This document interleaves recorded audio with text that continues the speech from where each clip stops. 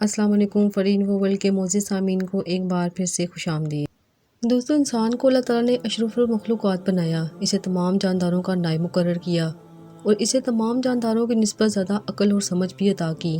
اللہ تعالیٰ کے احکامات اور اسلامی تعلیمات دونوں ہی ہمیں اپنے معاشرے میں موجود ہر جاندار کی عزت اور حقوق کا احترام کرنے کا حکم دیتے ہیں۔ انسانیت کا تقاضا بھی یہی ہے کہ ہم حیوانات کے ساتھ بھی شفقت اور محبت کے ساتھ پیش آئیں۔ لیکن گزشتہ روز سانگڑ سندھ میں ایک دل دہلا دینے والا واقعہ پیش آیا، جہاں ایک بے زبان اونٹ کی ٹانگ کو بے رحمی سے کاٹ دیا گیا۔ واقعے کی ویڈیو سوشل میڈیا پر وائرل ہوگی،